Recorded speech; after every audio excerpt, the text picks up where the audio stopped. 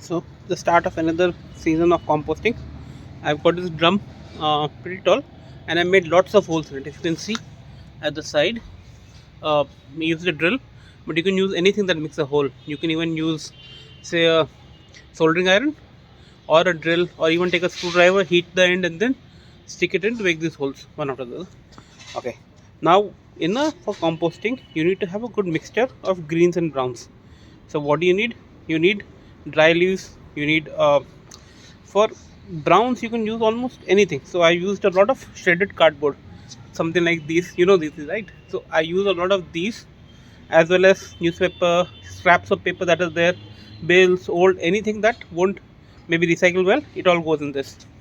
So you need to make a nice this in thick bed at the bottom to absorb a lot of the fluids that may come out, and then we'll start pouring stuff. So what do I have right now? I have a lot of these specials.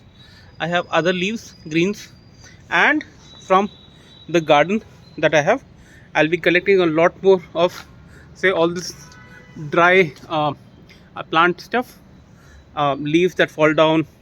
We do frequent cleaning of the this thing terrace garden as well.